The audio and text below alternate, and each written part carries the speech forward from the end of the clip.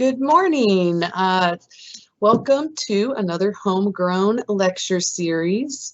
Today we are going to have Paul Winski, our horticulture agent in Harris County. He is going to be talking about fall vegetable gardening.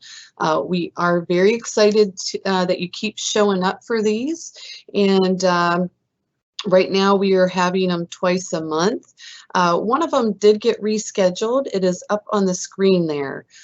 So it was originally set for September 2nd, but we are going to be out of town. So it is for enhancing your dishes with flavored butters. That is going to happen the day after the microgreens talk. So there will be two continuous ones. The microgreens on the 16th, then butters on the 17th. Paul, do you want to? Yep, there we go. If this is not your first time, you've probably seen that we started a podcast about 3 months ago. We're having a lot of fun trying to figure out experimenting with this, but it has gone well so far. You can scan that with your phone. If you're watching it later, you can just pause it, or there's the link on there. But we're just talking about talking to different specialists, master gardeners, just around the state. So we appreciate you following us and checking those out. For now, on this, it's finally, I think it's sunny again after all that rain yesterday. Sunny morning, we are ready to get Paul Winski started. Paul, welcome. Okay, well, thank you, Brandy. It is good to be here. Look forward to these Thursdays at 10 a.m. When we do have the homegrown series. So, as Brandy said, if you are new, if this is the first time you have joined us, we welcome you. If you want to put in the chat box where you're watching us from, we'd love to see that. We're always surprised to see where our reach is. We think we're just reaching Harris County, but we reach across the state of Texas. We reach outside of the state of Texas, and every now and then we even reach outside of the U.S. borders. So it's always interesting to see who's watching us and where they're getting the information from. So, as Brandy said, we are going to talk about fall vegetable gardening, and it's kind of hard to think about that in the middle of August when it's 90 degrees out there and all that humidity, but it's time to start thinking about it, because before you know it, within the next 8 weeks or so, hopefully we'll see a break and things will start to cool down. So let's get started. First, I want to thank these three folks, Skip, Carol, and Tom. I've been able to see some of their information, look at some of their slides, work with some of that, and so this is sort of a amalgamation of their presentations, and they've got a lot of information, a lot of good information. So just want to recognize them. Within Extension, we do this quite often, where somebody needs a presentation, we send it to them if they have it, and then they just mold it and set it up for their best interests. So why are we growing our own? You know, we've seen, we've been doing surveys, asking questions since COVID. We've seen people are gardening more, and it's all for the, some of the reasons. It's not because it's convenience or it's cheaper than buying them at the supermarket. It's for some of these other reasons, and especially when you're growing vegetables. One of the things is, when you grow it fresh, it does taste better. It can't get any fresher when you pull it off, harvest it in the morning, and then the next thing you're having it for dinner that night or at lunch. So growing your own, they do taste better. For those of you, with regard to whether you're an organic grower or a conventional grower, you're controlling your pest management practices. And this is really key, because I think a lot of people are finding out that, if you're managing and maintaining your garden properly, in most cases, you don't have a lot of pest pressure. And so you can get by, a lot of the beneficials will take care of it, or you can use the softer chemicals in order to get your your crop cleaned up, which is a good thing, because we don't want to add any additional things if it's not needed. It is good exercise, especially out in the heat. And now, if you were gardening out there, I would say hopefully you were out there early morning and you're done now, and you're listening to us. But definitely, it is good exercising, whether you're bending, whether you're lifting some things, whether you're shoveling. It's a good way to get your body moving, get that heart rate up, and then have a good night's sleep that next day or that night. And then the last thing, it is fun. It's been, and what we're seeing is it's a way for families to come together. People get excited, especially if you've got kids, when they start to see things start to grow and they see it flower and they see the fruit set and then they harvest it. It's a big deal. My kids always got excited about that, and so definitely it's one way to bring that family unit together. Things to consider, and these are just generalizations. Where are you going to have that garden? Where are you going to put it? And how much space do you have? So these are things that you need to start thinking about as you're getting into your considerations. What planting zone? All right. So, I see we've got some folks from South Carolina. Someone's up in Niagara, Ontario, Canada. Their zones are much different. This talk is going to, be focused for zone 9, which is where we are. So our planting times, our varieties may be a little different. Our frost dates are definitely different than those folks that are from outside of our region. So taking into account, knowing this information is key, and we'll touch on some of this as we work our way through. But these are some of the things that you need to be thinking about. So that when we talk about that garden location, we want sunlight. Ideally, we want at least 8 hours. Okay. Now, remember, when we do cool season, our day length is going to get shorter. We're starting to lose that time of daylight. The good thing about some of these cool season crops is they can grow in part shade.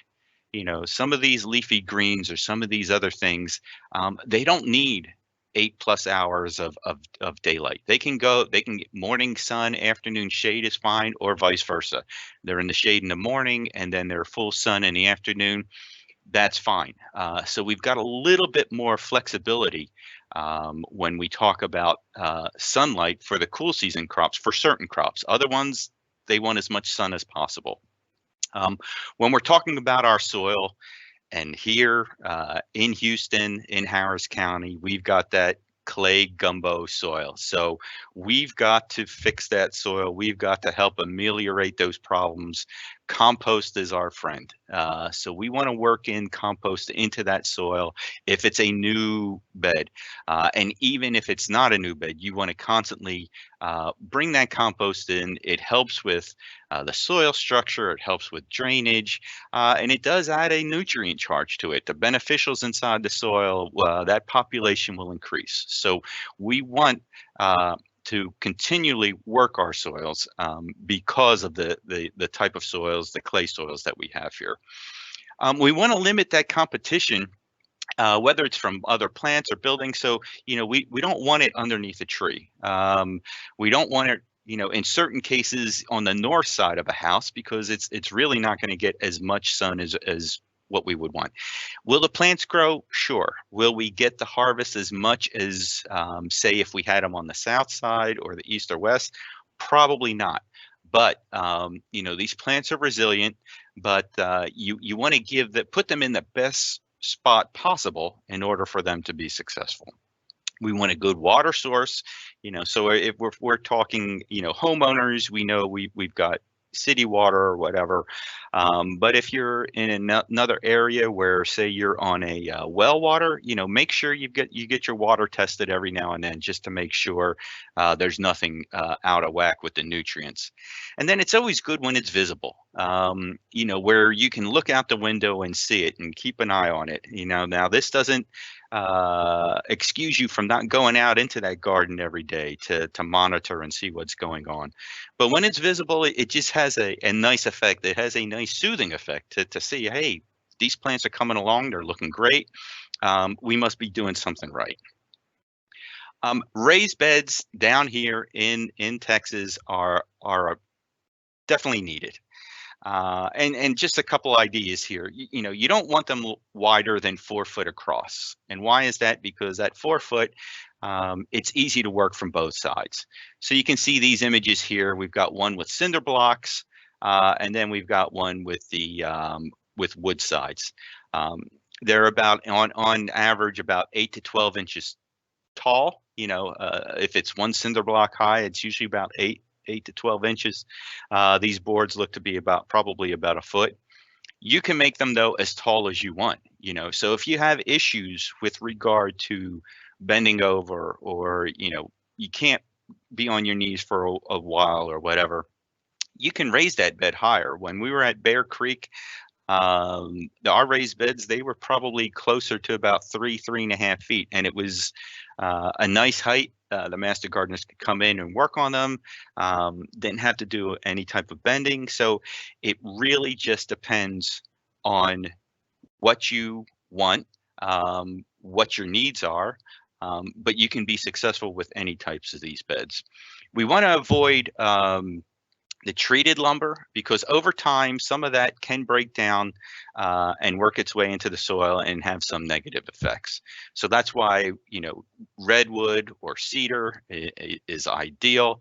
I really like the cinder blocks, and I like what these guys did here in this image, because they took advantage. They filled these holes in these cinder blocks, and so they've got their lettuce in through here. They've got some spinach, but they've also got their they were able to put their onions in there. So they're using every square foot they can, and they're being successful with it. So that's great. And then you want to make sure you've got a good quality garden soil or compost that you're adding into these beds.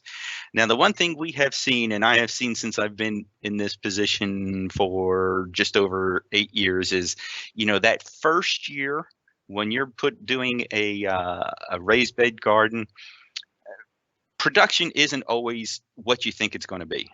There's sort of that year, that adjustment for that soil to settle down, to just to start to whether it's a seasoning or whatever we see, but that first year you may not get the results that you want, and so don't be discouraged, because usually the next crop that goes in, your spring crop, if you're starting in the fall and then you come into the spring, you see that the plants rebound, whatever you put in, and they just produce much better. So, but a good quality soil, garden soil or compost is what you want. Don't forget about container gardens. So you don't have to always have, raised beds. You can do things in containers. And so you can see in this pot, radishes are great because they don't need a lot of space. So you can have a 10-inch pot, 12-inch pot. You can sow your seeds and you can have fresh radish. You can do fresh lettuce, leaf lettuce in these containers. So whether you're in an apartment or you just want to bring that those vegetables even closer by putting them on your patio in some containers, there are a lot of options out there, and there's a lot of different type of pots. The care on container gardens is always going to be just a little bit different, because you've got a finite volume of soil. Now, so watering is always going to be something you're going to have to be aware of, but don't overwater. Make sure that you're supplying what it needs. The good thing about watering your cool season crops are day length gets a little shorter, temperatures get a little bit cooler. The plants aren't going to be drying out as quickly as, say, they are this time of year. Your fertilizer you're probably going to want to work in or top dress with a little bit of slow release, but you may have to every now and then supplement with some water soluble. And in order to help, give it a little boost. Again, look at the plants. They're going to tell you what they need. If they need anything, if you see some yellowing or something like that, you may have to give them a little shot. But in most cases, if they're green and healthy, the plant's got what it needs. I would recommend a larger container or larger size containers just because they're easier to work with. There's more soil volume. And it allows you to grow a little bit more in that container. And the main thing is make sure there are drainage holes at the bottom of that container. We don't want to turn it into a bog container because there's no holes on it. And sometimes some of these large ones, you drop a pot inside it. So make sure you have a large container. Make sure you have good potting media. You don't have to put anything in the base of the pot. You don't have to put rocks. You don't have to fill it with soil, because the more soil that's in there, that root system can grow down into that. It can pull up water, could pull up nutrients. So with our potting media, we want a good quality potting media. We want it to be a loose mix. This will reduce compaction. It improves drainage. You don't want to dig out soil from your garden and put it into a container, because you're going to have issues. So again, container gardens are great. You can do combinations. You can grow single crops, but it's great. It's easy access, and it's right there where you can go and harvest and keep an eye on it quite easily. This is our planting dates. This is our calendar, and there's a link for this that either Shannon or Brandy will be posting. But you can see here, so we're looking, we're middle of August now. So you can see all the things that are, on the horizon here that you can start planting, or you can consider planting. We've also got this nice for the, down here at the bottom here, we've got our first freeze date. So, if you're north of the city, in most cases, looking at historical data, it's the end of November. If you're south of the city, it's about 2 weeks later, 3 weeks later, possibly, where it's 12/20. So this is just, again, it gives you an idea of where these crops what their window is. Of course, if it's dark green, that's the prime time.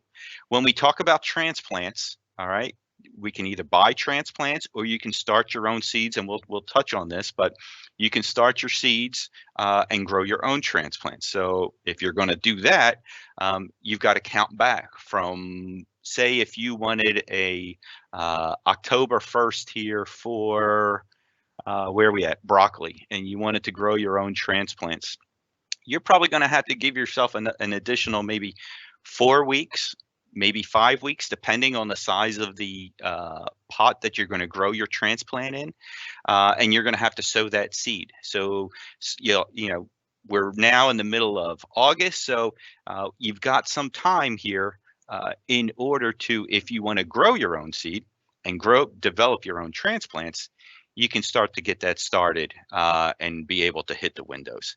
And, these are all generalizations. There's not a drop dead date. I've seen people put them in past these dates and they still harvest crops. So, the plants don't always read the labels that the seed comes out of or that's in the plant. And it just depends on how, harsh a winter we have. I'm hoping we don't have a winter like we had this past February, but you just never know. Okay. And then here is another link that we'll have. These are vegetable varieties from over time. And so this gives you an idea, but honestly, there's a lot of new varieties that are out there. My go-to place is Johnny's Seeds. Even though they are located up in Maine, they do extensive trialing, and they have just very good sources and a lot of new varieties. And the folks up there, if you have any questions, you can always email them. So this is a good start. this list. But again, there's a lot of other newer varieties out there that work just as well. If you're starting from seed, so we talked about the seed. So if you're starting from seed, make sure you've got the right varieties. So you can look at your planting list, find out whether you want to do broccoli or you want to do some of the other plants on the list, and then find what varieties you want to work with. You want to get a good, again, another good potting mix. Now, when we say sterile, when that potting soil is bagged up, it is considered clean or sterile. It's gone through the process and it's clean or sterile. So you don't have to do any additional steps to it. You want to have clean containers or seed trays, as we see here. You can see these are what probably 121 cell tray, and you can see how they are germinating and coming along. One of probably the biggest issues is not providing enough light once the seedlings have germinated. How many of you have grown your own seedlings and they stretch and they get leggy? And the key factor there, it's usually two things, but one is they're not getting enough light and they're stretching looking for light. So once you see germination, once you see anything green, that's when you want to up the amount of lighting. And so if you've got fluorescent lighting or something like that, you've got to give it more light in order to keep those inner nodes shorter so they're not stretching. The other reason why is they're too wet that they'll stretch also.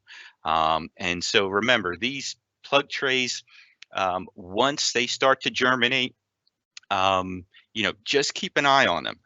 They don't have to be watered every day. Again, lifting that tray or whatever you're growing them in, a dry pot's going to be light, a wet pot's going to be heavy. And so that's the easiest way in order to know where the moisture level is. The other thing is you might want to give them, a regular application. So say your seedlings are going to be 4 weeks, maybe about 2 weeks after germination, you might want to give them a light application of a soluble fertilizer. So maybe not a full concentration, of what you normally do. Maybe you cut it in half, just to give them a little bit of nutrients. It'll help green them up, keep them nice and healthy. It'll help that root system. Now, if you're choosing transplants, if you don't want to start your own, you want to make sure overall they look healthy. You want good looking plants. You want them at the right stage of growth. So, I always think about, tomatoes and tomatoes now are out. You can do a fall crop of tomatoes or peppers, but you don't want them already starting to flower. You want them in that vegetative mode because you want to get some canopy on that plant. You want to get more bulk to that plant before it goes into that reproductive mode where it starts to flower. By all means, whenever I teach a Master Gardener course, and it doesn't matter whether I'm talking about vegetables or ornamentals, look for healthy roots. So if you're in the garden center, turn the pot over, knock it out of the pot, look at that root system. If it's white, creamy white, healthy, you've got a good plant. If it's brown, if it's too wet, if it's mushy, if it's got like a rotting smell, put it back in the pot, put it back on the bench, and look for another one or go someplace else. It's been there too long, it's too wet, and we're having issues. We want healthy foliage, okay? So, if you're seeing spotting or something, or you're seeing lesions or burnt edges, the burnt margins a lot of times it's dried out and then they've come in and watered it. So it's been through some stress. So the plant's not as healthy as what you would want it to be. And then we don't want any blooms on it or fruits that when you're buying it, because too much energy has gone into that little plant to do that. And we want a plant that's going to go ahead and grow, get some bulk to it, and then go into that stage. So just a few tips as you're out starting to look for your transplants. And then when you plant, if you're starting your own seedlings, okay, you want to what we call harden them off. And that means we want to get them, if you've been doing them indoors, whether it's even if it's in a greenhouse or inside, you need to get them outdoors and harden them off. They need to get in that wind. They need to get that full direct sunlight. They need to, basically get a little bulk to them. So harden them off before planting. Ideally, and again, this isn't written in stone, but ideally, you want to plant them when you can minimize the amount of stress. And so later afternoon, when the sunlight's going down, when the light levels are getting lower, or on an overcast day, perfect time, because there's minimal stress to that plant. So we want to turn around and minimize that, because you're going to pull this plant out of that pot. You're probably going to loosen up the root ball a little bit. Like in this one, they're just going in. I would probably loosen up that root ball a little bit just to get those roots out, so they'll naturally get out into the growing soil. So you want to dig a nice size hole. It doesn't have to be that large, because if you're going in with like a 2.5 inch or 3 inch pot, it doesn't need to be that big. But give it enough space, loosen up that soil when you dig that hole. And then in certain cases, you want to turn around and put in a starter or a nutrient boost. I like to put in a tablespoon of a 10-10-10 fertilizer in the bottom of the hole, mix it up with some loose soil, and then go ahead and put my transplant in there. You water it in, and then this way, when those root systems start to work their way in, there's some available nutrients there. Mulching is also key. Mother Nature's blanket. You can't beat it. There's more positives. It's all positives when you mulch. Moisture retention helps regulate that soil. So, even as we get into the cooler side of the growing season, that layer of mulch is going to help keep that root system a little bit warmer. And so it'll keep that plant actively growing. It helps keep down weed control as it breaks down. From the beneficial microbes in the soil, it adds organic matter to that soil profile, which is something that we definitely need. And it doesn't matter what you use. You can use compost, you can use your leaves. If you've got pine trees, you can use pine needles, grass clippings, straw. Just get it down on that bed, and your plants are going to perform much better. Moisture and drainage, even in the cool season. Now, remember,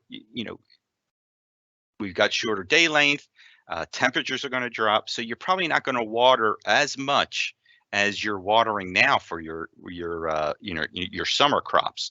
But as we said, raised beds are definitely the key. And even if you're not building the raised beds like we saw, if you're coming down this row and you're raising this maybe 4 to 6 inches, where you've got these little mounds that you're planting in, that's a plus. That's going to help.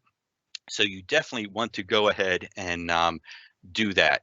The plants are going to like it. Drip irrigation is always ideal, because you're putting the water where the plant needs it. It's there into the soil. The roots are going to have easier access to it. You're not wasting as much water.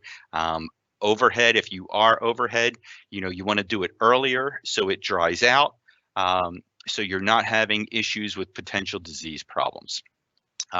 Again, when we fix that, when we prepared our beds, we put in some compost, it's going to help with the moisture retention. It also helps improve the drainage because of the size of the particles. Fertilizer, soil test. So hopefully, if you are putting in a new bed, I would definitely recommend getting it tested, just so you've got an idea of what's happening, what's going on in the soil. Are you high on anything? Are you low on anything? Which could potentially lead to some issues. If you do it on a regular basis, usually every 2 to 3 years or so. So we want to make sure we're using complete fertilizers in most cases. So That we see the three numbers, whether it's 10, 10, 10 or 10, 20, 10. The first one's nitrogen, which is mobile in the soil and within the plant. So we see that intensity of the green color. They're nice and green when nitrogen is readily available. If a plant is deficient in nitrogen, you're going to see it's going to be in the older foliage that's going to start to turn yellow because it is mobile and the new growth is pulling that nitrogen away. Phosphorus, the second, is ideal. It helps with that root system. It also helps with blooming and fruiting. And then potassium, this one just sort of overall aids in the movement of water, nutrients, and carbohydrates in the plant tissue. So if a plant is low in potassium, it's going to look stunted. And the reason why it looks stunted is because the water and nutrients and other things in the tissue aren't being moved properly. And that's one of the issues with it.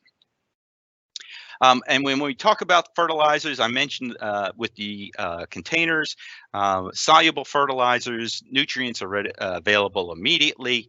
It's in a form that it's readily absorbed since it's already in the liquid. It doesn't have to break down.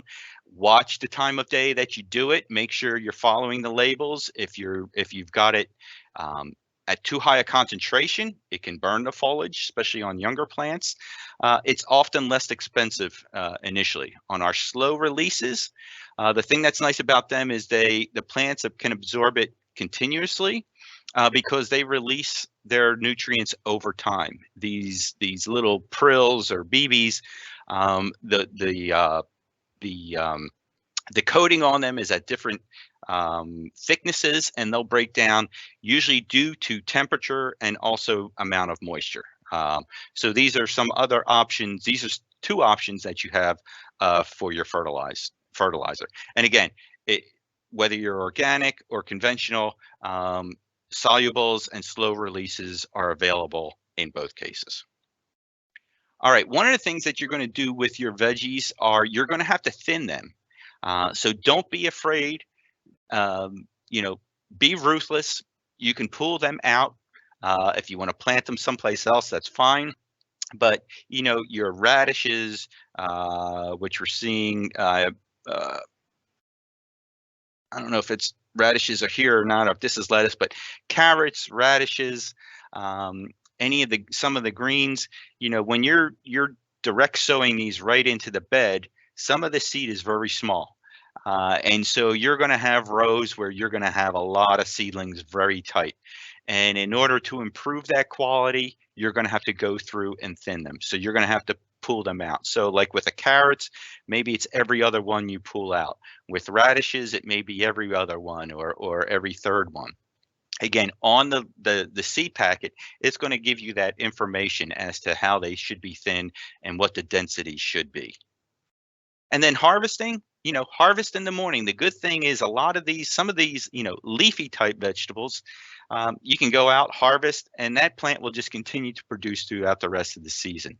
So do it in the morning, minimal stress, rinse it off before you store it. You want to harvest at peak because it's got the best flavor, it's got the most nutrients. If we're harvesting frequently, we're either going to get more growth with regard to the leafy vegetables, or we will get more bloom. So like broccoli, when we harvest that main head, broccoli will form side shoots or side blooms, and we'll be able to harvest them. If you are using pesticides, because maybe you've got a flare up and you had to use it, make sure you read the label and you're aware of days to harvest. There's always going to be, on anything that's listed for vegetables, they're going to talk about days to harvest. And so they'll say, do not use if you're going to harvest, 7 days from now or something like that, because there'll be residue on it. So just be aware of that and make sure you read your labels. So in general, keys to success: we want a sunny location, but remember some of these, and we'll be talking on some of these, those that can will do well in part shade. We want to properly prepare that soil. We've got the right genus, the right plant, right varieties of each of those families. We're going in at the right time. We're using mulch once we plant. Again, with any plants, we want to control the weeds, diseases, and make sure we're giving them proper nutrition. We're giving them the water they need, and we're harvesting at optimum quality. Sounds easy, right? Everybody's with me. We're all ready to go. So now let's go ahead and talk about these cool season vegetables. Brandy, are there any questions before I go into the plants, or just keep rolling here? I'm typing my little fingers off, Okay. but here's one. Do you have a preferred nutrient ratio for fall veggies? I normally go with I've never had any issues when I use a 10-10-10.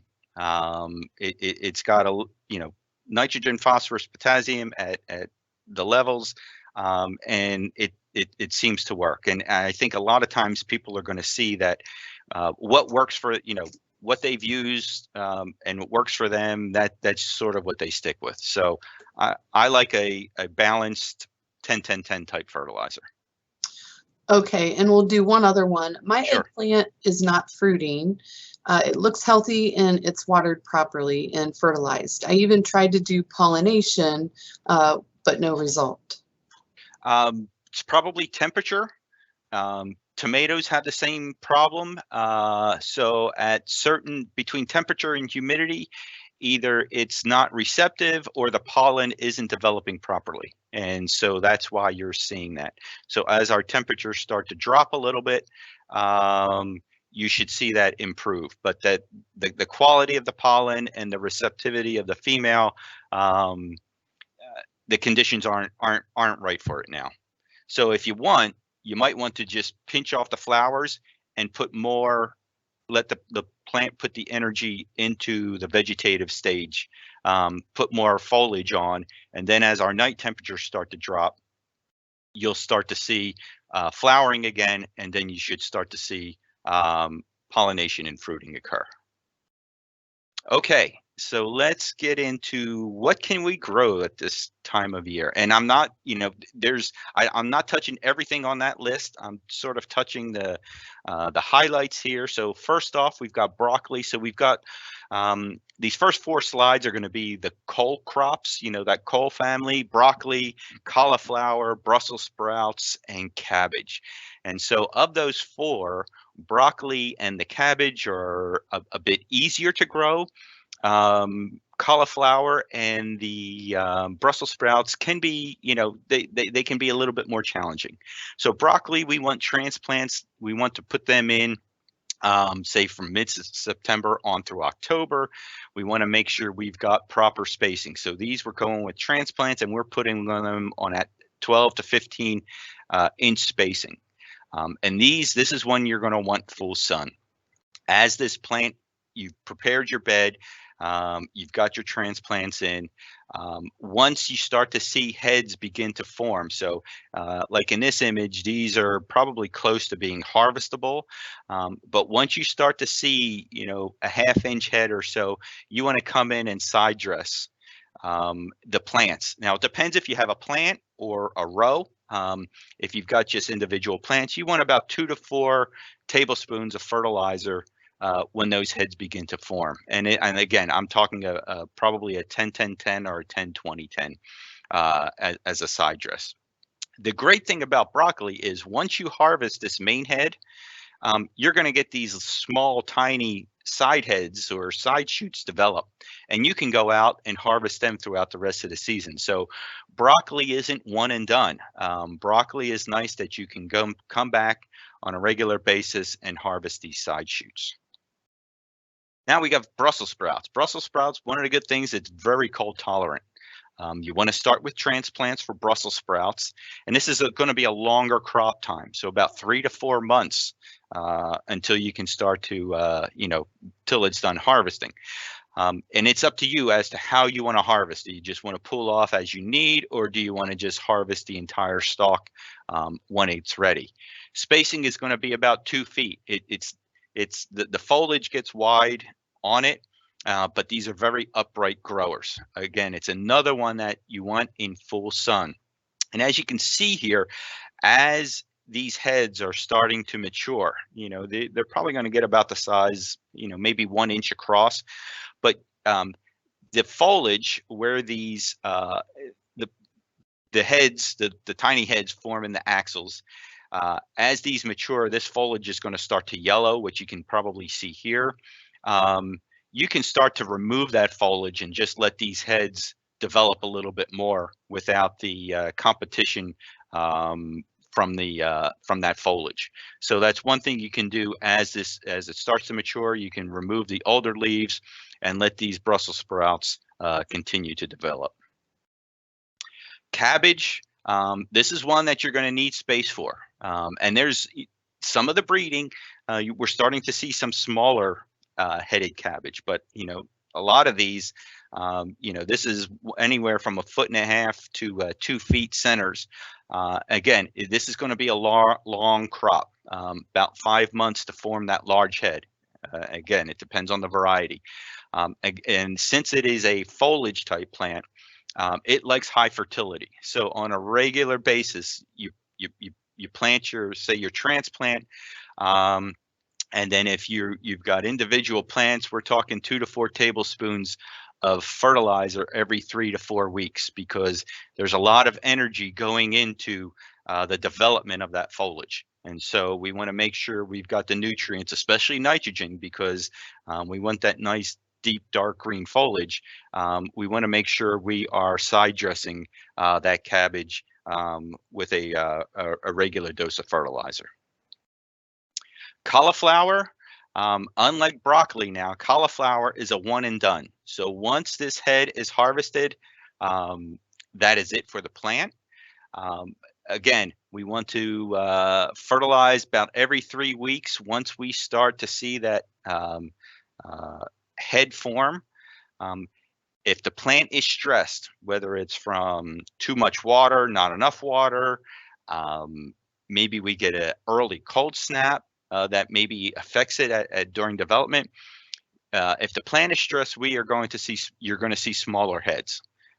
So just be aware of your growing conditions and what's occurring. If you want these nice white clean heads, you have to do what we call blanching. You want to blanch the head, and how you do that is you pull up this foliage around that head and cover it. And you can see here they used a piece of twine and tied it up, and that head will continue to develop, but it'll keep that nice white color. And cauliflower now, we've got purple heads, we've got sort of the golden or yellow. So there's a lot of unique colors now. So if you're into, we talk about landscape edibles, especially for the cool season, there's a lot of interesting things that you can use and incorporate into your beds. Collard greens. All right, we live in the South. January 1st, New Year's Day, everyone wants their collard greens. So this actually goes to, or this information covers collard greens, covers kale, covers Swiss chard. They are quick growing, so they're again, these are all foliage. We can either direct sow the seed, or we can start transplants. Our spacing is at least 1 foot up to 1.5 foot especially on some of these collard greens, because they can get quite big. If you want to harvest early on the young foliage, it's tender, so you can use it for salads. If you're using it for stew or however you're going to cook your greens, you're going to want this older foliage on the outside. That's the part of the greens that you're going to want, and it's the gift that just keeps on giving. So you can harvest this all winter with these collard greens. Likewise, you can do the same with kale and Swiss chard. So I'm going to give you a quick overview. We did a trial this past season. We planted our Swiss chard. It went in the ground in October 21st, and our first harvest was just after the first of the year. And our last harvest, which I was really surprised, we finally cut it off because we needed the beds. They were harvesting all through the end of May. So 4 months of harvesting of kale and Swiss chard. This trial was done with the master gardeners. at the Genoa Friendship Garden, and at the Christ the Good Shepherd Garden up in Spring, Texas. And I can't thank these folks enough for working with me to put the trial in, to harvest, to weigh. And they did an excellent job. Now I will let you know, they did pull a blanket over these when that frost event came through, when that freeze event came through. And we did not lose any of the plants by just pulling that blanket over. So they did extremely well. We did not see any bolting. So even when the temperatures started to go up, these plants just kept going. So let's take a look. Here is our Kale Trial.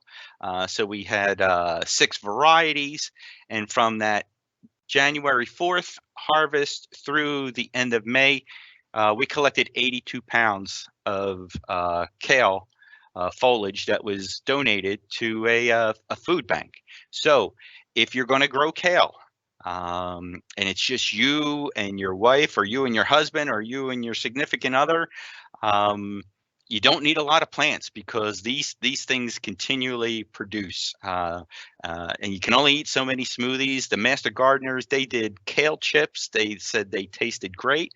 So there's a lot of options when you grow your kale. And here's the Swiss chard. So these are the varieties. Again, these varieties we purchased through the seed through Johnny's. We did 7 varieties of Swiss chard. And over the course of and this is just from the Genoa Friendship Garden, they harvested 70 pounds of Swiss chard. But again, nice foliage. The stems bring color. So when we talk about edible landscapes again, this is a plant that definitely lends itself. The kale, the Swiss chard, you can work it into your landscape, and you can still go out and harvest it. So we were really happy and surprised at how well these plants did, and never bolted on us. We got tired of looking at them. We had to pull them out. Beets, they prefer it when the soil gets a little bit cooler. So again, this is, maybe start planting in October, and maybe come in with another crop in December. You want to soak this seed overnight just to soften up. It's got a pretty hard seed coat, so the soaking will help with the germination. This is one that will do well in part sun. So if you don't have full sun, if you've got that, half and half, beets might be one of the crops you consider. This is one that you're going to have to thin, at least to 4 to 6 inch centers. Harvest small for the best quality. So you don't need a beet that's the size of a softball. Maybe think about a tennis ball or something like that. Something smaller. It's going to be better quality. And when you do thin, or when you do harvest, these greens are also edible. So you can eat, the root, and also the tops and the greens. So again, a really good crop. A lot of options with what you can do with it. Carrots, another one that you would direct sow.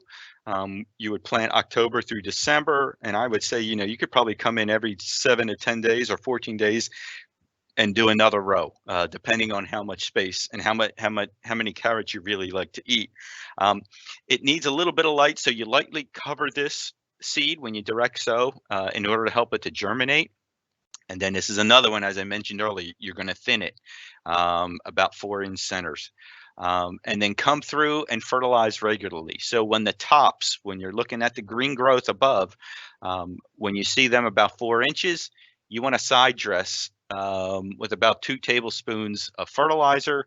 And then again, when the tops are about 6 to 8 inches, you want to come through and do another side dress.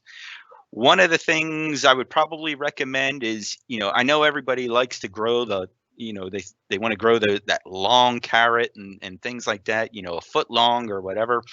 In our types of soils, they may not. Now, if you're in raised beds, you can definitely do it. But if you're going into your garden soil and you're amending it, you might want to go with the shorter ones, because it'll be easier to harvest in those clay soils. So just something to be aware of, depending on how you're growing.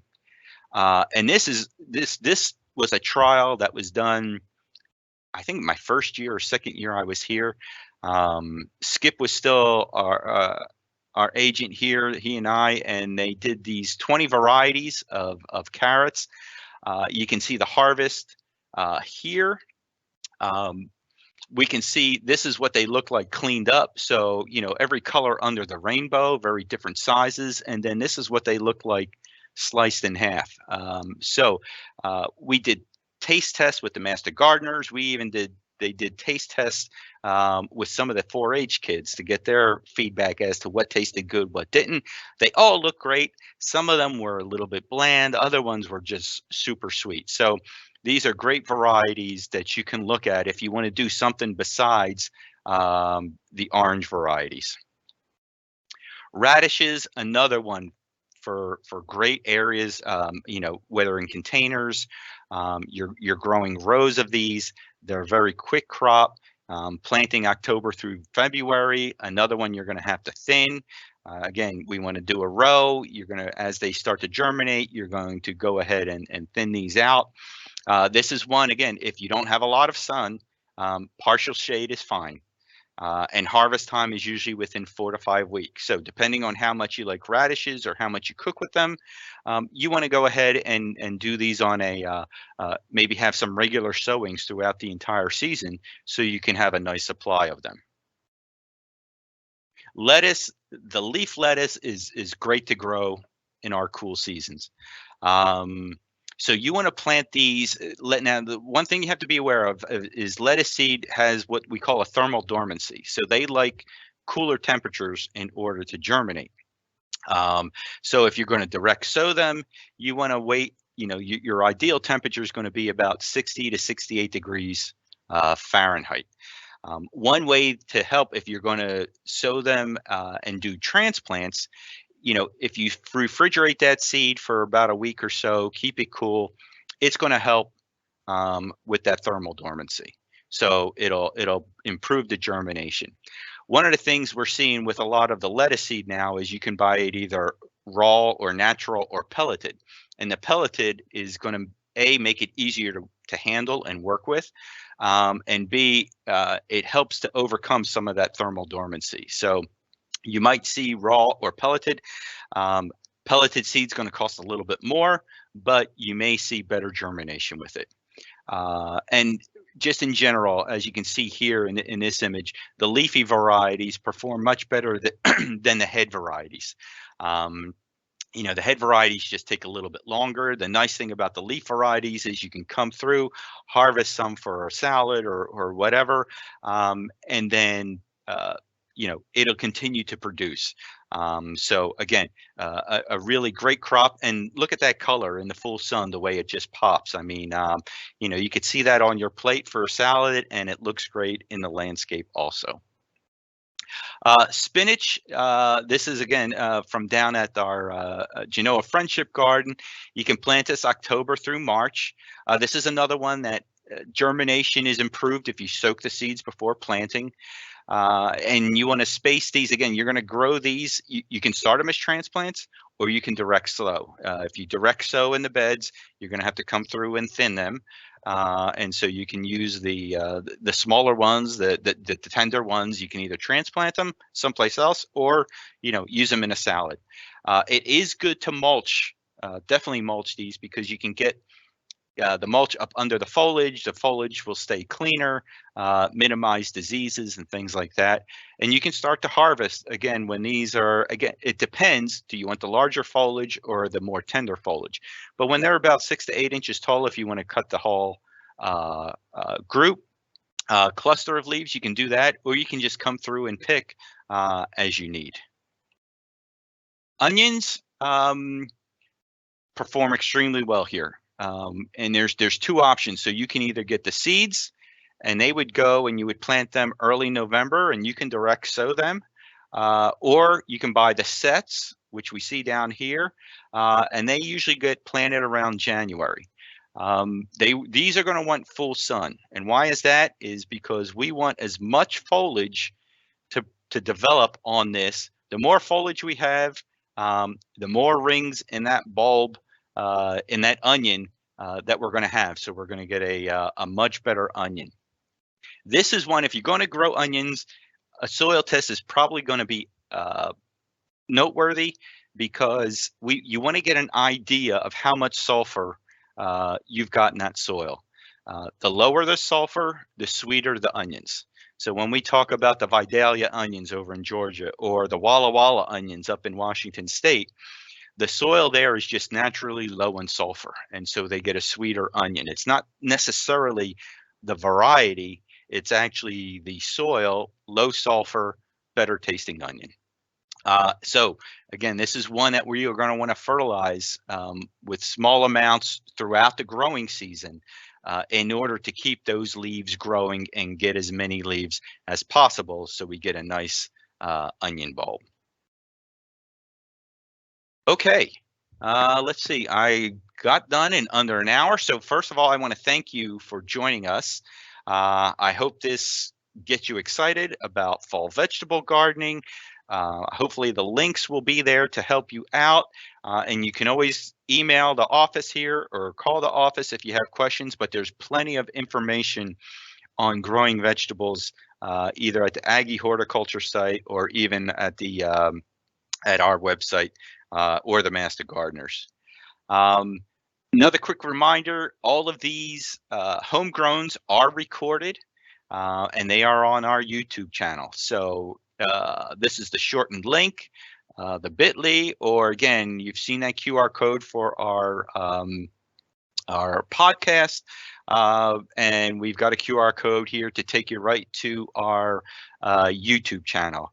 You know, click on the subscribe button. If you subscribe, anytime we add something new, you'll get an update on it. You'll get an email, a reminder. So again, we thank you for your support, for joining us here. We thank you for listening to the podcast. We thank you for watching the videos. And with that, I guess, are there any questions, Brandy or Shannon, or were you able to handle them as we worked our way through? I've been typing away, but there's a couple that I'll give you while I'm finishing up. What is your favorite unusual fall crop?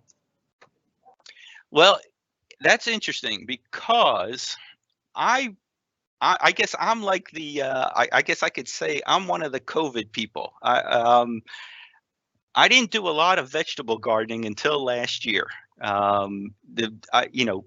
The trials that we would do here, always on top of the information, seeing what's going on.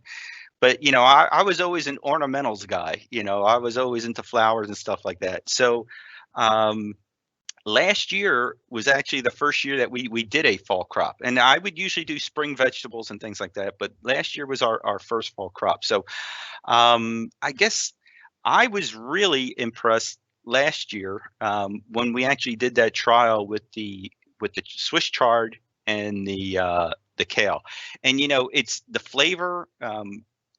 They were harvesting if I was out there when they were harvesting, I would bring some of that home. We would put it in our salads. It had a great flavor. It was easy to grow, and from an ornamental perspective, it's good to look at also. So I would say, as of now, they were probably two of my favorites.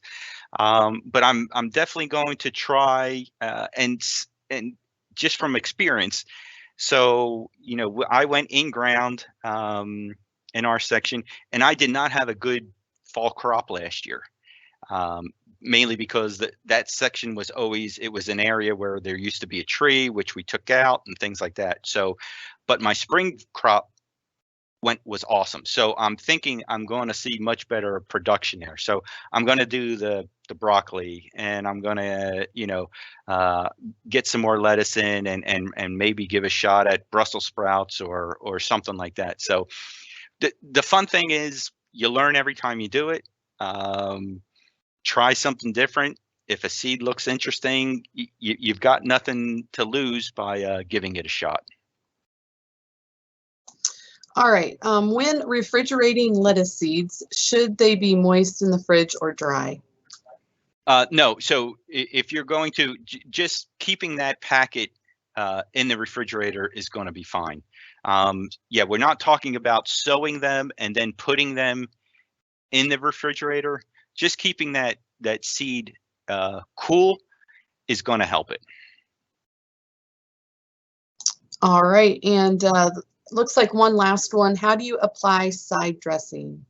Great question. So if it's an individual plant, so say you have 4 heads of cabbage out there, and say the recommendation is 2 tablespoons per plant, the best thing to do is to just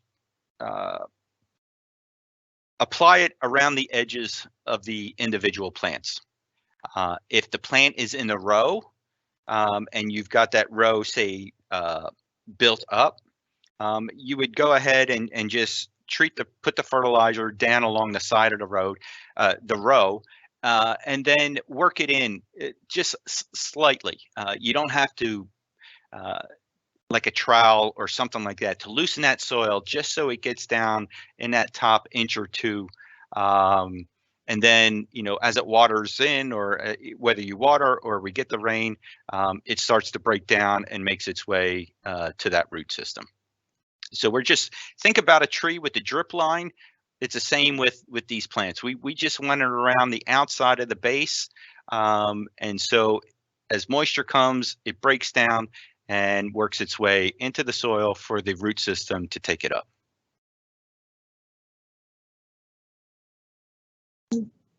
I think that is it. I'm answering the rest. The others are just, many thanks.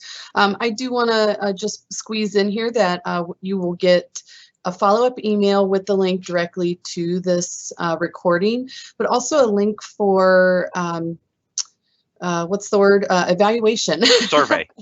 Yeah. And, we can have people watch on YouTube. That's fine. But, we really do keep going from all these live attendees like you. So it only takes a couple minutes, and we appreciate you filling that out for us. Hold on, says, please tell Paul that Brussels sprout leaves are very tasty. Sauteed with herbs and some onions is a good way to eat them. My husband doesn't really like greens much, but he really liked the sauteed Brussels sprouts.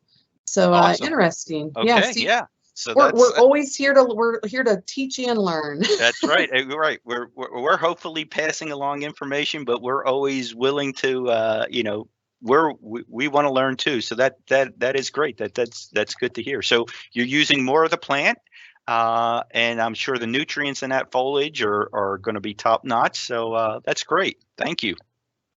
Yeah, well, thank you, Paul. This was really great. And the next one coming up will be growing microgreens on the 16th. That is correct. We will be in training on the 2nd. So that's why we had to change the schedule a bit. But you get a little bit break from us, but then you get us back to back on the 16th and 17th. All right. Well, thank you. That is all for today. I'm going to go ahead and end this. Have a great day.